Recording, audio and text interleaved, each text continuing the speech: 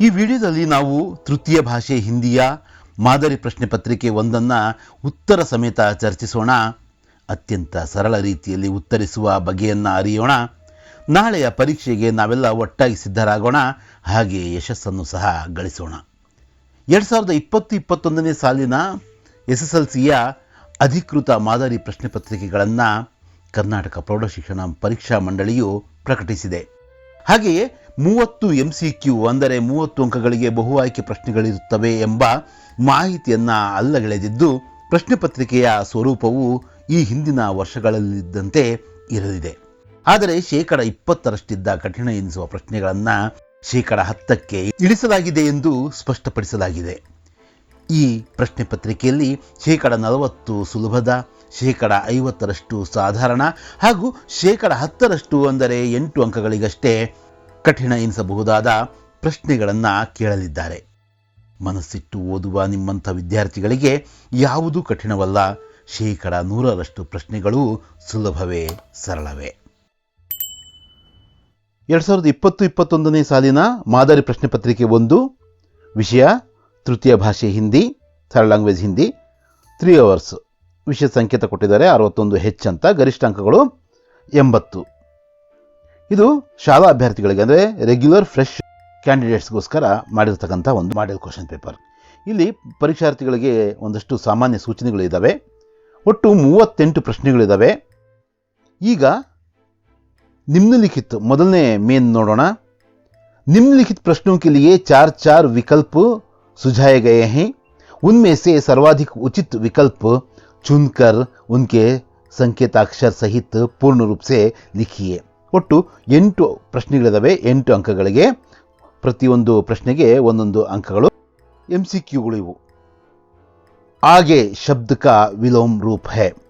ಆಗೆ ಅಂದರೆ ಮುಂದೆ, ಹಿಂದೆ ಅನ್ನೋದಕ್ಕೆ ಪೀಛೆ ಅಂದರೆ ಸರಿಯಾದ ಉತ್ತರ ಡಿ, ಪೀಛೆ. ನಿಮ್ನಲಿಖಿತ ಮೇ ಸೆ ಪುಲ್ಲಿಂಗ್ ಶಬ್ದ ಹೈ. ಇಲ್ಲಿರ್ತಕ್ಕಂತಹ ಶಬ್ದಗಳಲ್ಲಿ ನಾರಿ, ಬಾಲಕ್, ಶ್ರೀಮತಿ, ರಾಣಿ ಅಂತಕ್ಕಂಥ 4 ಪದಗಳಲ್ಲಿ ನಿಮಗೆ ಪುಲ್ಲಿಂಗ ಶಬ್ದ ಯಾವುದು ಅಂದರೆ ಬಾಲಕ್. ಉಳಿದ ನಾರಿ, ಶ್ರೀಮತಿ, ರಾಣಿ ಇವು ಸ್ತ್ರೀಲಿಂಗ ಶಬ್ದಗಳಾದ್ರಿಂದ. ನೌಕಾ ಶಬ್ದ ಕಾ ಅನ್ಯವಚನ ರೂಪ ಎ, ನೌಕಾಯೇ. ನಿಮ್ನಲಿಖಿತ ಮೇ ಸೆ ಪ್ರಥಮ ಪ್ರೇರಣಾರ್ಥಕ ಕ್ರಿಯಾರೂಪ. ಇಲ್ಲಿರ್ತಕ್ಕಂತಹ ಇದರಲ್ಲಿ ಪ್ರಥಮ ಪ್ರೇರಣಾರ್ಥಕ ಕ್ರಿಯಾರೂಪ ಯಾವುದು ಅಂತ ಕೇಳಿದರೆ ಜಿತಾನ, ಎ, ಜಿತಾನ. ಇದು ಕನ್ಫ್ಯೂಸ್ ಆಗಬಾರ್ದು ನೀವು. ಜೀತಾನ ಅಂತ ಬಿ ಇದೆ, ಅಥವಾ ಜಿತ್ವಾನ ಅದು ದ್ವಿತೀಯ ಪ್ರೇರಣಾರ್ಥಕ ಕ್ರಿಯಾರೂಪ. ಜಿತಾನ ಎ ಇದಕ್ಕೆ ರೈಟ್ ಆನ್ಸರ್. जेब डैश पैसा गिरा. खाली जगह में सही कारक होगा से ಡಿ ಇದೆಯಲ್ಲ, ಇದನ್ನ ಜೇಬ್ ಸೆ ಪೈಸಾ ಗಿರಾ ಅದನ್ನು ನಾವು ಬರಿಬೇಕಿಲ್ಲಿ. ಹಾಗೆಯೇ ಆಪ್ಕಾ ನಾಮ್ ಕ್ಯಾ ಹೈ, ವಾಕ್ಯ ಮೇ ಪ್ರಯುಕ್ತ ವಿರಾಮ್ ಚಿಹ್ನೆ ಕ್ಯಾ ಹೈ ಅಂದರೆ ಈ ಇದರಲ್ಲಿರ್ತಕ್ಕಂತಹ ವಿರಾಮ್ ಚಿಹ್ನೆ ಯಾವುದು, ಕ್ವಶನ್ ಮಾರ್ಕ್ ಇದೆ ತಾನೆ, ಅದನ್ನು ಏನಂತ ಕರಿತೀವಿ? ಬಿ, ಪ್ರಶ್ನವಾಚಕ್. ಪ್ರಶ್ನವಾಚಕ್ ಅಂತ ನಾವು ಕರಿತೀವಿ. 7ನೇ ಪ್ರಶ್ನೆ ಏನಿದೆ, ಸಮಾಸ್ ಕೇಳಿದರೆ ಇಲ್ಲಿ ದೇಶ ಪ್ರೇಮ ಶಬ್ದ इस समास का उदाहरण है. समास 2 या 2 से अधिक शब्द के मेल से नए शब्द बनाने की क्रिया को समास कहते हैं. इस सामासिक पद को अगर विखंडित किया जाए या समास का विग्रह किया जाए तो देश के लिए प्रेम संप्रदान तत्पुरुष समास है यह. तो हम सिंपल से क्या है ये, यहां तत्पुरुष समास सी, तत्पुरुष समास लिख सकते हैं. 8वां प्रश्न, निम्नलिखित में से अयादि संधि का उदाहरण है. अयादि संधि का मतलब होता है, अयादि संधि के नियम हैं यदि ए, ऐ, ओ, औ के बाद कोई भी स्वर वर्ण हो तो ए, ऐ, ओ, औ के स्थान पर क्रमशः ऐ, आय, औ, औ हो जाते हैं. पावन, पौ प्लस अन मिलकर औ बन रहा है, इसलिए यह अयादि संधि है. ये पावन सही उत्तर है. निम्नलिखित प्रथम 2 शब्दों के सूचित संबंधों के अनुरूप तीसरे शब्द का संबंधित शब्द लिखिए. ಏನ್ ಬರಿಬೇಕು ನಾವಿಲ್ಲಿ? ಅನುರೂಪತಾ ಅಂತ ಗೊತ್ತಿದೆ ತಾನೆ ನಿಮಗೆ. जोग जलप्रपात, कावेरी नदी। गांधी जी राष्ट्रपिता, अब्दुल कलाम, अब्दुल कलाम पूर्व राष्ट्रपति हम लिख सकते हैं, नहीं तो मिसाइल मैन भी लिख सकते हैं। पहली एवरेस्ट पर्वतारोही भारतीय महिला बिछेंद्री पाल। यहां भारतीय छूट गया है तो हम ऐसा उसको पढ़ लेना चाहिए, भारतीय ಅಂತ ಇರಬೇಕಾಗಿತ್ತು ಅಲ್ಲಿಲ್ಲ। पहली एवरेस्ट पर्वतारोही भारतीय महिला बिछेंद्री पाल। पहला, पहली ಅಂತ ಇದೆ, ಅದು पहला ಅಂತ ಮಾಡ್ಕೋಬೇಕು ನಾವು। पहला हिमालय पर्वतारोही पुरुष कौन है? तेंजिंग नार्गे पहला हिमालय पर्वतारोही पुरुष है। पहली एवरेस्ट पर्वतारोही महिला अगर भारतीय नहीं है तो यहां क्या होना चाहिए था? जंको ताबेई, ऐसा नाम है कुछ वह। 12वां प्रश्न देखेंगे, अभिमान पाप का मूल, दया धर्म का मूल। तुलसी के दोहे से लिया गया है यह प्रश्न। तीसरा मेन को देखेंगे, यहां क्या करना है? शब्द में नहीं, पूर्ण वाक्य में, एक पूर्ण वाक्य में हमें उत्तर लिखना है। 4 प्रश्न यहां दिए गए हैं 4 अंक के लिए। 13वां प्रश्न, गिलहरी की समाधि कहां बनाई गई है? गिलहरी की समाधि सोनजूही लता के नीचे बनाई गई है। 14th क्वेश्चन, लेखक प्रेमचंद चौक में क्यों गए थे? लेखक प्रेमचंद चौक में 2-4 जरूरी चीजें खरीदने गए थे। बालकृष्ण का रंग कैसा था? बालकृष्ण का रंग काला था। 16th क्वेश्चन, 16वां प्रश्न, कवि भारत माता से क्या प्रार्थना करता है? करते हैं ऐसा रहना था, जाने दो। कवि भारत माता से जग के रूप को बदलने की प्रार्थना करते हैं। 4th मेन, निम्नलिखित प्रश्नों के उत्तर 2-3 ವಾಕ್ಯ में लिखिए। 2-3 ವಾಕ್ಯದಲ್ಲಿ ನಾವು ಇಲ್ಲಿ ಕೇಳಿರತಕ್ಕಂತಹ ಪ್ರಶ್ನೆಗಳಿಗೆ ಉತ್ತರಿಸಬೇಕು। 17वां प्रश्न, दुकानदार ने अपने नौकर से क्या कहा? दुकानदार ने अपने नौकर से यह कहा कि आध सेर कश्मीरी सेब निकाला, चुनकर लाना। ಅಂದ್ರೆ ಅಂಗಡಿಯವ ತನ್ನ ನೌಕರನಿಗೆ ಏನಂತ ಹೇಳ್ದ? ಅರ್ಧ ಸೇರಿನಷ್ಟು ಕಾಶ್ಮೀರಿ ಸೇಬುಗಳನ್ನ ತೆಗೆದುಕೊಂಡು ಬಾ, ಹಾಗೇನೆ ಅವನ್ನ ಒಳ್ಳೆವು ಆರಿಸ್ಕೊಂಡು ತಗೊಂಡು ಬಾ ಅಂತ ಹೇಳ್ದ। 18वां प्रश्न है, अब्दुल कलाम के पिता के बारे में लिखिए। अब्दुल कलाम ಅವರ ತಂದೆ ಜೈನುಲ್ ಅಬ್ದೀನ್ ಇದಾರಲ್ಲ, ಅವರ ಬಗ್ಗೆ ಬರೀರಿ ಅಂತ ಕೇಳಿದ್ದಾರೆ। ನಾವೇನ್ ಮಾಡೋಣ, ಪ್ರಶ್ನೆ ಏನಿರುತ್ತೋ ಅಲ್ಲಿಂದನೇ ಸ್ಟಾರ್ಟ್ ಮಾಡಿ ಉತ್ತರ ಬರೆಯೋ ಒಂದು ಪ್ರಯತ್ನವನ್ನ ಮಾಡೋಣ। अब्दुल कलाम जी के पिता जैनुल आबदीन थे। उनकी कोई औपचारिक शिक्षा नहीं हुई थी और ना ही वे बहुत धनी व्यक्ति थे। उनमें उदारता की सच्ची भावना थी। वे एक ಆಡಂಬರಹೀನ ವ್ಯಕ್ತಿ ಥೇ। ಅವ್ರ ಬಗ್ಗೆ ಗೊತ್ತಾನೆ ನಿಮಗೆ, ಅವರಿಗೆ ಯಾವುದೇ ಔಪಚಾರಿಕ ಶಿಕ್ಷಣ ಇಲ್ಲದೆ ಇದ್ರೂ ಕೂಡ, ಅವರು ತುಂಬಾ ಶ್ರೀಮಂತರು ಆಗದೆ ಇದ್ರೂ ಕೂಡ ಉದಾರತೆಯ ನಿಜವಾದ ಭಾವನೆ ಅವರಲ್ಲಿತ್ತು, ಹಾಗೆ ಅವರು ತೋರಿಕೆಯ ವ್ಯಕ್ತಿ ಆಗಿರಲಿಲ್ಲ। 19ನೇ ಪ್ರಶ್ನೆ ಏನಿದೆ, ಕನ್ನಡ के ज्ञानपीठ पुरस्कृत साहित्यकार कौन कौन है? ಕನ್ನಡದ ಅಂದರೆ ಕನ್ನಡ ಭಾಷೆಗೆ ಸಂದಿರುವ ಜ್ಞಾನಪೀಠ ಪ್ರಶಸ್ತಿಗಳನ್ನ ಪಡೆದಿರತಕ್ಕಂತಹ ಸಾಹಿತ್ಯಕಾರರ ಹೆಸರನ್ನ ಇವರು ಕೇಳಿದ್ದಾರೆ।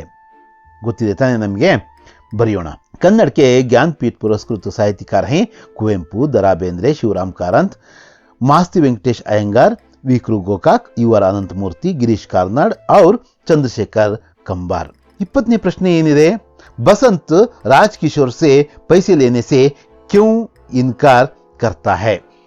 बसंत ರಾಜಕಿಶೋರ್ ಅವರಿಂದ ಹೀಗೆ ನಿನಗೆ 2 ಪೈಸೆ ಮಿಕ್ಕುತ್ತೇನಪ್ಪ ತಗೋ ಅಂತ ಕೊಡ್ತಾರಲ್ವಾ, ಅದನ್ನ ಬೇಡ ಅಂತ ಹೇಳ್ಬಿಟ್ಟು ತಿರಸ್ಕರಿಸ್ತಾನಲ್ವಾ, ಯಾಕೆ ತಿರಸ್ಕರಿಸಿದ್ದು ಅನ್ನೋದು ಪ್ರಶ್ನೆ। बसंत राजकिशोर से पैसे लेने से इनकार किया क्योंकि वह उन पैसों को भीख समझता था। वह स्वाभिमानी था। ನಮಗೆ ಗೊತ್ತಿರೋ ಹಾಗೆ ಬಸಂತ್ ಸ್ವಾಭಿಮಾನಿ, ಕಷ್ಟಜೀವಿ, ತನ್ನ ದುಡಿಮೆಯನ್ನು ನಂಬಿ ಬದುಕ್ತಕ್ಕಂಥ ಒಬ್ಬ ಹುಡುಗ। ಅವನು ಈ ರಾಜಕಿಶೋರ್ ಅವರು ಸಹಾಯವಾಗಿ ಕೊಡ್ತಕ್ಕಂಥ 2 ಪೈಸೆಯನ್ನು ಯಾಕೆ ತಗೊಳ್ಳಲ್ಲ ಅಂದರೆ ಅದೊಂದು ರೀತಿಯ ಭಿಕ್ಷೆ ಅಂತ ಆತ ಪರಿಭಾವಿಸ್ತಾ ಇದ್ದ। 21ನೇ ಪ್ರಶ್ನೆ ಕಡೆ ಗಮನ ಹರಿಸೋಣ। ಭಾರತ್ ಮಾತಾ ಕೆ स्वरूप के बारे में लिखिए। भारत माता का स्वरूप अत्यंत सुशोभित है। मां के एक हाथ में न्याय पताका और दूसरे हाथ में ज्ञान दीप है.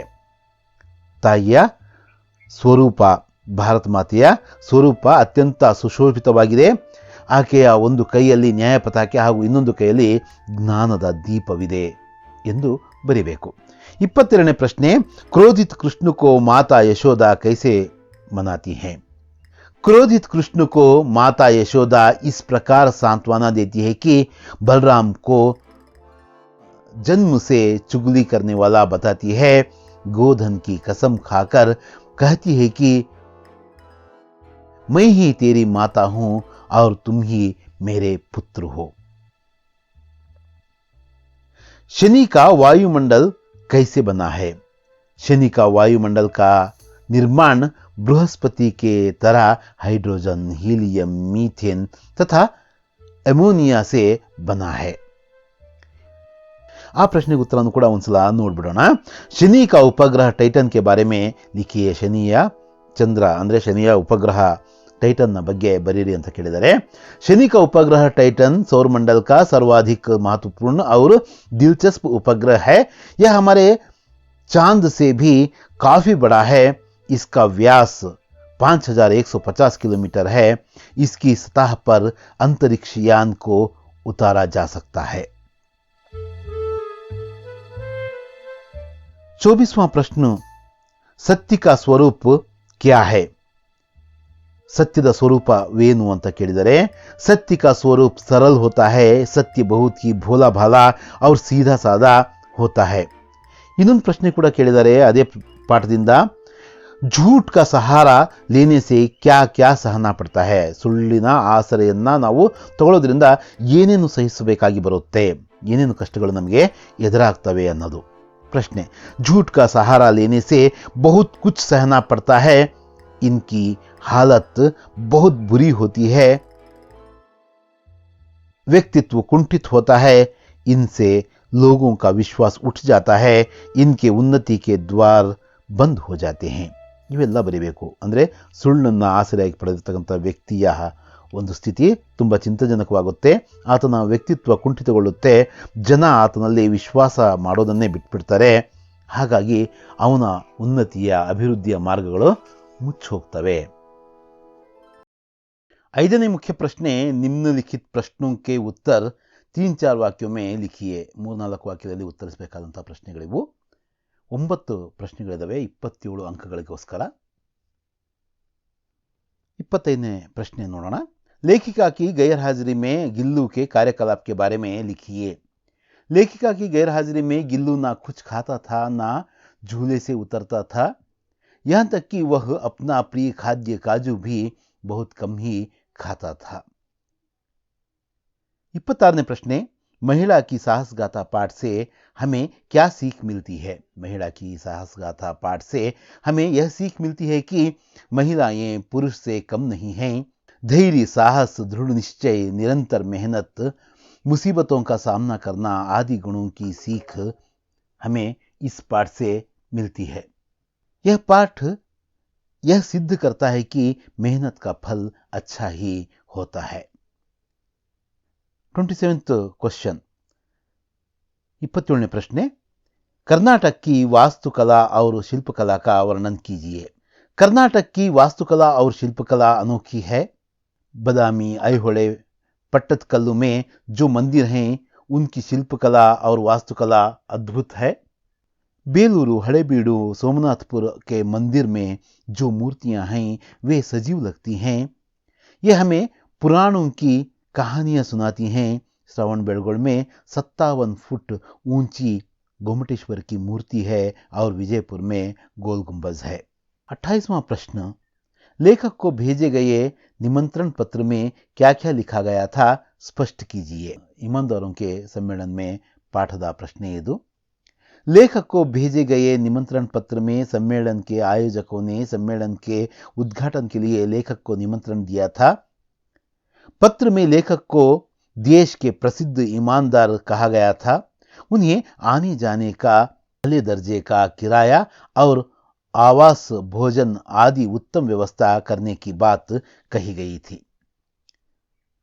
29ನೇ ಪ್ರಶ್ನೆ, राजकिशोर के मानवीय व्यवहार अनुसरणीय हैं, कैसे बताइए।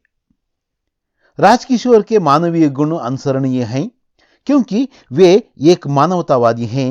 वे गरीब मजदूरों के लिए काम करते हैं। जरूरत न रहने पर भी उन्होंने बसंत की स्थिति को देखकर उससे छलनी खरीदते हैं। बसंत की ईमानदारी को पहचानते हैं। बसंत के लिए चिकित्सा की व्यवस्था करते हैं। ರಾಜಕಿಶೋರ್ ಅವರ ಮಾನವೀಯ ವ್ಯವಹಾರದ ಬಗ್ಗೆ, ಅವರ ಗುಣಗಳ ಬಗ್ಗೆ ತಿಳಿಸಿ ಅಂತ ಹೇಳಿದರೆ ಅದನ್ನು ನಾವು ಇಲ್ಲಿ ಬರಿಬೇಕು।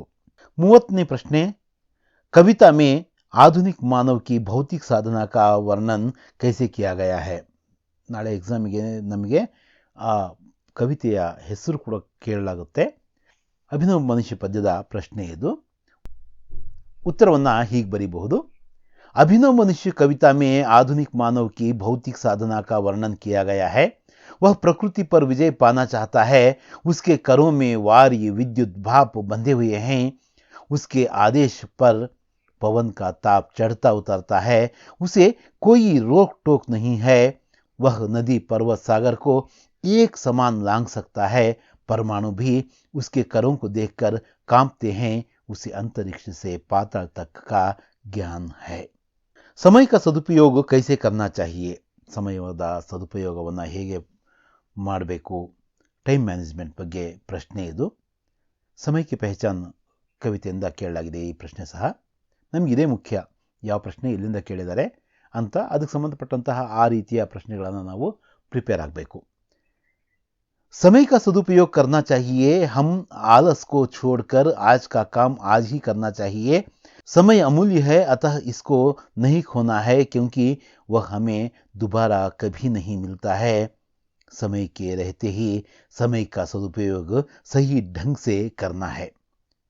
32ನೇ ಪ್ರಶ್ನೆ, ತುಳಸಿಗೆ ದೋಹೆಯ ತವನ್ನ ಕೇಳಿದರೆ ಬರಿಬೇಕು ನಾವು ಇಲ್ಲಿ। ಜಡ ಚೇತನ್ ಗುಣ ದೋಷಮಯ ವಿಶ್ವ ಕಿನ್ಹ ಕರ್ತಾರ್, ಸಂತ ಹಂಸ ಗುಣ ಗಹಿ ಪಾಯ್ ಪರಿಹರಿವಾರಿ ವಿಕಾರ। ಈ ಪದ್ಯದ ಹೆಸರನ್ನ, ಕವಿಗಳ ಹೆಸರನ್ನ ಬರೆದು ಇದರ ಭಾವವನ್ನು ನಾವು ಇಲ್ಲಿ ಸ್ಪಷ್ಟಪಡಿಸಬೇಕು। प्रस्तुत दोहे को श्री तुलसीदास जी से कृत तुलसी के दोहों से लिया गया है। कर्ता या भगवान ने इस विश्व को जड़ चेतन गुण दोषों के साथ बनाया है, अतः हम जड़ता को छोड़कर चैतन्यशील बनना है। दोषों को त्याग कर अच्छे गुणों के साथ रहना है। जैसे हंस दूध में से पानी को अलग करता है, उसी तरह हम भी समाज में लभ्य अच्छाइयों को अपनाना चाहिए। 33ನೇ ಪ್ರಶ್ನೆ, ಕನ್ನಡ ಅಥವಾ ಇಂಗ್ಲಿಷಲ್ಲಿ ಅನುವಾದ ಮಾಡಿ ಅಂತ ಹೇಳ್ತಿದ್ದಾರೆ। ನಾವು ಸದ್ಯಕ್ಕೆ कन्नड़ अनुवाद ಮಾಡೋಣಂತೆ। शनि ग्रह अत्यंत मंद गति से सूर्य का एक चक्कर लगाता है। आकाश में साल भर के अंतर के बाद भी शनि की स्थिति में कोई परिवर्तन नहीं दिखाई देता। वह एक राशि में करीब 2.5 साल तक रहता है। ಶನಿ ಗ್ರಹವು ಅತ್ಯಂತ ನಿಧಾನವಾಗಿ ಅಂದರೆ ಮಂದಗತಿಯಿಂದ ಸೂರ್ಯನನ್ನು ಸುತ್ತುತ್ತದೆ। ವರ್ಷದ ನಂತರವೂ ಆಕಾಶದಲ್ಲಿನ ಅದರ ಸ್ಥಿತಿಯಲ್ಲಿ ಯಾವುದೇ ಬದಲಾವಣೆಗಳಾಗುವುದಿಲ್ಲ। ಇದು ಒಂದು ರಾಶಿಯಲ್ಲಿ ಸುಮಾರು 2.5 ವರ್ಷಗಳವರೆಗೆ ಇರುತ್ತದೆ। 6ನೇ ಮೇನಲ್ಲಿ 2 ಪ್ರಶ್ನೆಗಳಿದ್ದಾವೆ, 4 अंकದ ಪ್ರಶ್ನೆಗಳಿವು। इंटरनेट आधुनिक जीवन शैली का महत्वपूर्ण अंग बन गया है, विवरण के साथ स्पष्ट कीजिए। ಇಲ್ಲಿ 34ನೇ ಪ್ರಶ್ನೆಯಲ್ಲಿ ನಮಗೆ ಚಾಯ್ಸ್ ಇದೆ। ಮೊದಲನೇ ಪ್ರಶ್ನೆ ನಾವು ನೋಡೋದಾದರೆ ಏನಿದೆ ಅರ್ಥ, ನಮ್ಮ ಆಧುನಿಕ ಜೀವನ ಶೈಲಿಯ ಒಂದು ಮಹತ್ವಪೂರ್ಣ ಅಂಗವಾಗಿದೆ ಇಂಟರ್ನೆಟ್, ಅದನ್ನು ನಾವು ಇಲ್ಲಿ ಸ್ಪಷ್ಟಗೊಳಿಸಬೇಕು। ಹೀಗೆ ಬರೆಯೋಣಂತೆ ಪ್ರಶ್ನೆಗೆ ಉತ್ತರ। इंटरनेट आधुनिक जीवन शैली का महत्वपूर्ण अंग बन गया है। इसका असर बूढ़ों से लेकर छोटे बच्चों तक मतलब सब पर पड़ा है। व्यापार और बैंकिंग में इससे बहुत मदद मिलती है। ज़्यादा खर्च किए बिना इसके माध्यम से पल भर में कोई भी विचार हो, स्थिर चित्र हो, वीडियो हो, दुनिया के किसी भी कोने में भेजा जा सकता है। समाज के कई क्षेत्रों में इसका असर देखने को मिलता है, जैसे चिकित्सा, कृषि, अंतरिक्ष ज्ञान, विज्ञान, शिक्षा आदि। ಇದರಲ್ಲಿ ಚಾಯ್ಸ್ ಇರ್ತಕ್ಕಂಥ ಮತ್ತೊಂದು ಪ್ರಶ್ನೆ ಯಾವುದು, सोशल नेटवर्किंग का प्रभाव हमारे समाज पर कैसे पड़ रहा है। सोशल नेटवर्किंग ನ ಪ್ರಭಾವ ನಮ್ಮ ಮೇಲೆ ಹೇಗಾಗುತ್ತೆ? ಎರಡೂ ಪ್ರಶ್ನೆಗಳು ಇಂಟರ್ನೆಟ್ ಕ್ರಾಂತಿಯಿಂದ ಕೇಳಿದರೆ ಈ ಪ್ರಶ್ನೆಗಳು ಬಹಳ ಮುಖ್ಯ ಆಗ್ತವೆ ಸ್ಕೋರ್ ಮಾಡೋದಕ್ಕೋಸ್ಕರ.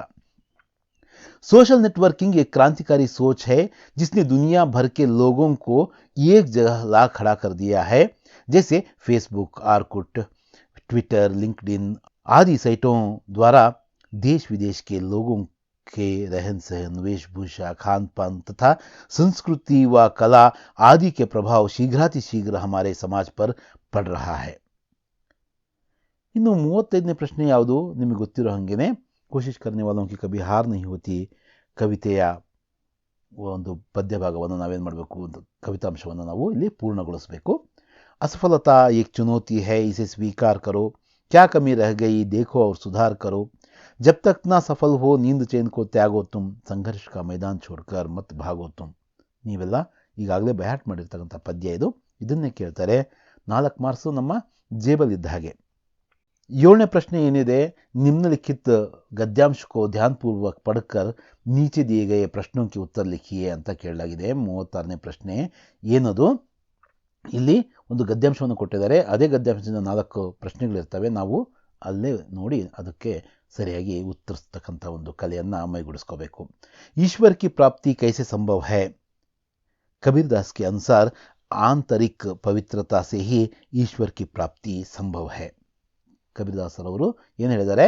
ಈಶ್ವರ ಅಂದರೆ ದೇವರ ಭಗವಂತನನ್ನು ಒಲಿಸ್ಕೊಳ್ಳೋದಂಥ ಸರಿಯಾದ ಮಾರ್ಗ ಯಾವುದು ಅಂದರೆ ನಮ್ಮ ಅಂತರಂಗ ಶುದ್ಧವಾಗಿರ್ತಕ್ಕಂಥದ್ದು, ಅದು ಪಾವಿತ್ರ್ಯತೆಯಿಂದ ಕೂಡಿರ್ತಕ್ಕಂಥದ್ದು ಅಂತ ಹೇಳಿದ್ದಾರೆ.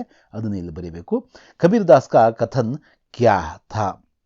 ಕಬೀರ್ ದಾಸ್ ಅವರು ಒಂದು ಮಾತು ಹೇಳಿದ್ದಾರೆ, ಅದು ಏನು ಅಂತ ಕೇಳಿದರೆ ಕಬೀರ್ ದಾಸ್ ಕಾ ಕಥನ್ ಥಾ ಭಕ್ತಿ ಕೆ ಕ್ಷೇತ್ರ ಮೇ ಸಬ್ ಸಮಾನ್ ಹೈ. ಅಂದರೆ ಭಕ್ತಿಯ ಕ್ಷೇತ್ರದಲ್ಲಿ ಎಲ್ಲರೂ ಸಮಾನರು, ಆ ಭಗವಂತನ ಮುಂದೆ ನಾವೆಲ್ಲರೂ ಕೂಡ ಒಂದೇ. 3ನೇ ಪ್ರಶ್ನೆ ಏನು? ಕಬೀರ್ ದಾಸ್ ಕಿ ಶಕ್ತಿ ಕಾ ಮೂಲ ಮಂತ್ರ ಕ್ಯಾ ಹೈ? ಕಬೀರ್ ಅಂತ ಕೇಳಿದ್ದಾರೆ, ಬಟ್ ಇಲ್ಲಿ ಶಕ್ತಿ ಅಲ್ಲ ಭಕ್ತಿ ಅಂತ ಇರಬೇಕಾಗಿತ್ತು. ಸ್ವಲ್ಪ ಮುದ್ರಾ ರಾಕ್ಷಸನ ಹಾವಳಿಯಿಂದ ಭಕ್ತಿ ಇಲ್ಲಿ ಶಕ್ತಿಯಾಗಿದೆ. ಕಬೀರ್ ದಾಸ್ ಕಿ ಭಕ್ತಿ ಕಾ ಮೂಲ ಮಂತ್ರ ಕ್ಯಾ ಹೈ? ಇದು ಪ್ರಶ್ನೆ. ಕಬೀರ್ ದಾಸ್ ಕಿ ಭಕ್ತಿ ಕಾ ಮೂಲ ಮಂತ್ರ ಜನ್ ಜೀವನ್ ಕೆ ಸಾಥ್ ಸದ್ವ್ಯವಹಾರ್ ಹಿ ಹೈ. ಹೀಗೆ ಉತ್ತರಿಸಬಹುದು. 4ನೇ ಪ್ರಶ್ನೆ ಕಬೀರ್ ದಾಸ್ ಕಿ ವಾಣಿ ಕೈಸಿ ಹೈ? ಕಬೀರ್ ದಾಸ್ ಕಿ ವಾಣಿ ಅನೋಖಿ ಔರ್ ಅನುಪಮ್ ಹೈ. ಕಬೀರ್ ದಾಸರವರ ಭಾಷೆ ಹೇಗಿದೆ ಅಂದರೆ ಅದು ಬೇರೆದಕ್ಕೆ ಹೋಲಿಕೆ ಇಲ್ಲದ, ಅನುಪಮ ಅಂದರೆ ಉಪಮೆ ಇಲ್ಲದ ಒಂದು ಭಾಷೆ. ಅದು ಅಂದರೆ ನಾವು ಯಾವುದ್ರ ಜೊತೆಗೂ ಕೂಡ ಒಂದು ಹೋಲಿಕೆ ಮಾಡೋಕ್ಕಾಗಲ್ಲ ಆ ಥರದ ಭಾಷೆ. ಹಾಗೆ ಅದೊಂದು ವಿಶೇಷವಾದಂಥ ಭಾಷೆ ಅಂತ ಇಲ್ಲಿ ಹೇಳಲಾಗಿದೆ. ನಾವು ಹಾಗೆಯೇ ಅದನ್ನ ಬರಿಬೇಕು. 8ನೇ ಮೆನು ನೋಡೋದಾದರೆ ಏನಿದೆ ಇಲ್ಲಿ 12 ಅಥವಾ 15 ವಾಕ್ಯಗಳಲ್ಲಿ ನಾವು ಏನು ಮಾಡಬೇಕು? ಉತ್ತರಿಸಬೇಕು, ನಿಬಂಧವನ್ನು ಬರೀಬೇಕು, ಅಂದರೆ ಪ್ರಬಂಧವನ್ನು ಬರೀಬೇಕು. ಇಲ್ಲಿ ಒಂದಷ್ಟು ಸಂಕೇತಗಳನ್ನ ಕೊಟ್ಟಿದ್ದಾರೆ. ಮೊದಲನೇದು ಪರ್ಯಟನ ಕಾ ಮಹತ್ವ, ವನ್ ಮಹೋತ್ಸವ, ಸ್ವಚ್ಛತಾ ಅವರು ಸ್ವಾಸ್ಥ್ಯ ಅಂತಕ್ಕಂಥ ಒಂದು 3 ವಿಷಯಗಳನ್ನು ಕೊಟ್ಟಿದ್ದಾರೆ. ನಾವು ಅದಕ್ಕೆ ಸಂಬಂಧಪಟ್ಟಂಗೆ ಎಸ್ಸೆ ಬರೀಬೇಕು. ವಿಷಯ ಪ್ರವೇಶ, ಮಹತ್ವ, ಲಾಭ ಅವರು ಉಪಾಯ, ಉಪಸಂಹಾರ ಅಂತ ಅಂದರೆ ವಿಷಯಕ್ಕೆ ನಾವು ಪ್ರವೇಶ ಮಾಡ್ತಕ್ಕಂಥದ್ದು. ಮತ್ತು ಅದರ ಮಹತ್ವ, ಸ್ವಚ್ಛತೆ ಮತ್ತು ಸ್ವಾಸ್ಥ್ಯ, ಇದನ್ನು ನಾವು ಉದಾಹರಣೆಗೆ ತಗೊಂಡ್ರೆ ಅದರ ಮಹತ್ವ ಹಾಗೂ ಅದರಿಂದ ನಾವು ಅದನ್ನು ಅನುಸರಿಸೋದ್ರಿಂದ ಆಗುವಂಥ ಲಾಭಗಳು ಮತ್ತು ಅದರಿಂದ ಆಗ್ತಕ್ಕಂಥ ಹಾನಿಗಳಿಂದ ಉಳ್ಕೊಳ್ಳುವಂಥ ಉಪಾಯಗಳು. ಹಾಗೆಯೇ ಕೊನೆಗೆ ಉಪಸಂಹಾರ ಅಂದರೆ ನಿಷ್ಕರ್ಷೆಯನ್ನು ನಾವು ಇಲ್ಲಿ ಬರೀಬೇಕಾಗುತ್ತೆ. स्वच्छता और स्वास्थ्य, विषय प्रवेश, मानसिक विकास एवं सामाजिक कल्याण में सुधार के साथ साथ संक्रमण को रोकने के लिए स्वच्छता एवं स्वास्थ्य बहुत आवश्यक है. इसका महत्व क्या है? हमारे जीवन में स्वच्छता और स्वास्थ्य का महत्वपूर्ण स्थान है. सुरक्षित स्वच्छता की कमी के कारण संक्रमण और बीमारियां होती हैं.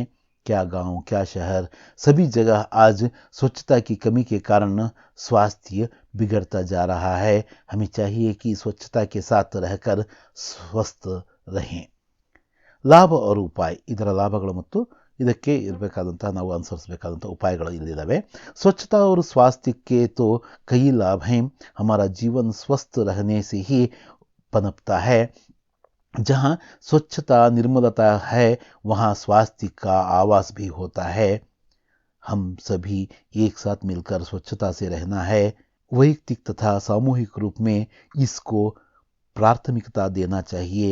स्वच्छता की स्थिरता को सुनिश्चित कर लेनी चाहिए. ಉಪಸಂಹಾರ ನಿಷ್ಕರ್ಷ ಏನಪ್ಪ ಅಂದರೆ मानव कल्याण के लिए स्वच्छता और स्वास्थ्य दोनों अत्यंत आवश्यक हैं हम स्वच्छ तथा स्वस्थ रहना चाहिए ಅಂದರೆ ನಮ್ಮ ಅಭಿವೃದ್ಧಿಗೋಸ್ಕರ ನಮ್ಮ ವಿಕಾಸಕ್ಕೋಸ್ಕರ ಸ್ವಚ್ಛತೆ ಹಾಗೂ ಆರೋಗ್ಯದ ಒಂದು ಪರಿಣಾಮಕಾರಿಯಾದಂಥ ಅನುಷ್ಠಾನ ಆಗಬೇಕು. ಅದಕ್ಕೆ ನಾವು ವೈಯಕ್ತಿಕವಾಗಿ ಹಾಗೂ ಸಮೂಹದಲ್ಲೂ ಕೂಡ ಇದನ್ನು ಅನುಷ್ಠಾನಗೊಳಿಸಿದರೆ ಆಗ್ತಕ್ಕಂತಹ ಸಂಕ್ರಮಣಗಳು, ಈಗ ಕರೋನಾ ಹೇಗೆ ಹರಡುತ್ತೆ ಅಂತ ಗೊತ್ತು ತಾನೆ, ಇವೆಲ್ಲದರಿಂದ ನಾವು ಸ್ವಲ್ಪ ಮುಕ್ತರಾಗಬಹುದು. ಇದರ ಒಂದು ನಮ್ಮ ಜೀವನದಲ್ಲಿ ಯಾವ ರೀತಿಯ ಒಂದು ಪ್ರಭಾವ ಇರುತ್ತೆ ಇದನ್ನು ಇಲ್ಲಿ ನಾವು ಬರೀಬೇಕಾಗುತ್ತೆ. ಕೊನೆಯ 38ನೇ ಪ್ರಶ್ನೆ 9ನೇ ಮೇನಲ್ಲಿ ಇದನ್ನು ಕೇಳಲಾಗಿದೆ. ಏನಿದೆ ಇದು? ಕಾಮನ್ ಆಗಿ ನಾವು ಚುಟ್ಟಿ ಪತ್ರನ್ನೇ ನಾವು ಸ್ವಲ್ಪ ಪ್ರಿಸ್ಕ್ರೈಬ್ ಮಾಡೋದು 5 ಅಂಕಗಳಿಗೋಸ್ಕರ ನಿಮಗೆ ಇಲ್ಲಿ ಕೇಳಲಾಗಿದೆ. निम्नलिखित विषय के बारे में पत्र लिखिए.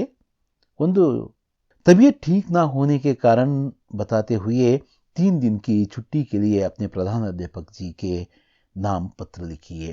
ಅಂದರೆ ನನ್ನ ಆರೋಗ್ಯ ಸರಿ ಇಲ್ಲ ಅಂತ ತಿಳಿಸ್ತಾ ಆ ಕಾರಣವನ್ನು ಕೊಡ್ತಾ 3 ದಿನಗಳ ಒಂದು ರಜೆ ಪತ್ರವನ್ನು, ಲೀವ್ ಲೆಟ್ರನ್ನು ನಾವು ನಮ್ಮ ಪ್ರಧಾನ ಅಧ್ಯಾಪಕರು, ನಮ್ಮ ಹೆಡ್ ಮಾಸ್ಟರ್ ಹೆಸರಲ್ಲಿ ಅಥವಾ ಹೆಡ್ ಮಿಸಸ್ ಯಾರಿರ್ತಾರೋ ಅವ್ರ ಹೆಸರಲ್ಲಿ ಒಂದು ಪತ್ರವನ್ನು, ರಾಜಾ ಚೀಟಿಯನ್ನು ಬರೀಬೇಕು.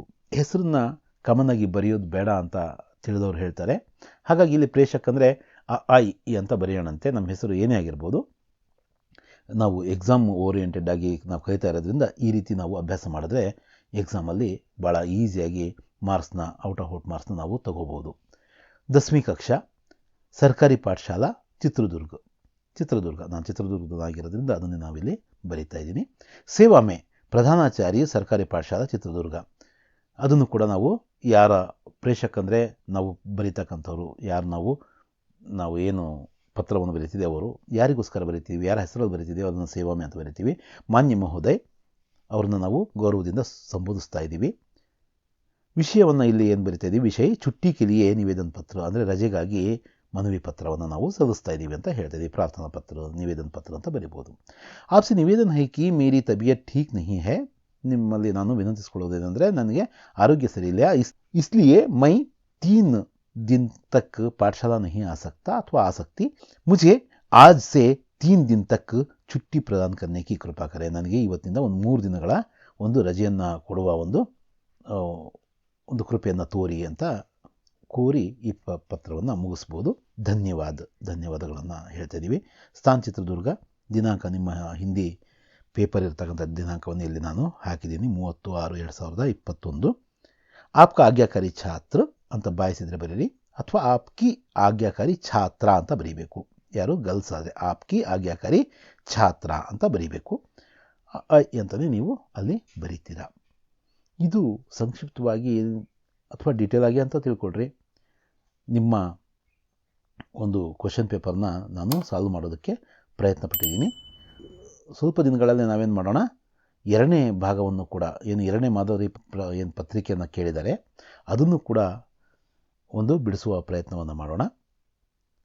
ನೀವು ನಮ್ಮ ಹಿಂದಿ ಕ್ಲಾಸ್ನ ಹೀಗೆ ನೋಡ್ತಾ ಇದ್ದರೆ ಎಕ್ಸಾಮ್ವರೆಗೂ ಕೂಡ ಈ ರೀತಿಯ ಮಾದರಿ ಪ್ರಶ್ನೆ ಪತ್ರಿಕೆಗಳನ್ನು ಬಿಡಿಸುವ ಕೆಲಸವನ್ನು ಮಾಡೋಣ. ಇನ್ನೂ ಸ್ವಲ್ಪ ಹೆಚ್ಚು ಸ್ಫುಟವಾಗಿ ಈ ಕೆಲಸವನ್ನು ನಾವು ಮಾಡಿ ಆ ಪರೀಕ್ಷೆಯಲ್ಲಿ ಯಶಸ್ಸು ಗಳಿಸೋಣ ಅಂತ ಹೇಳ್ತಾ ನಾನು ಈ ವಿಡಿಯೋ ಪಾಠವನ್ನು ಇಲ್ಲಿಗೆ ಮುಗಿಸ್ತಾ ಇದ್ದೀನಿ. ಧನ್ಯವಾದಗಳು.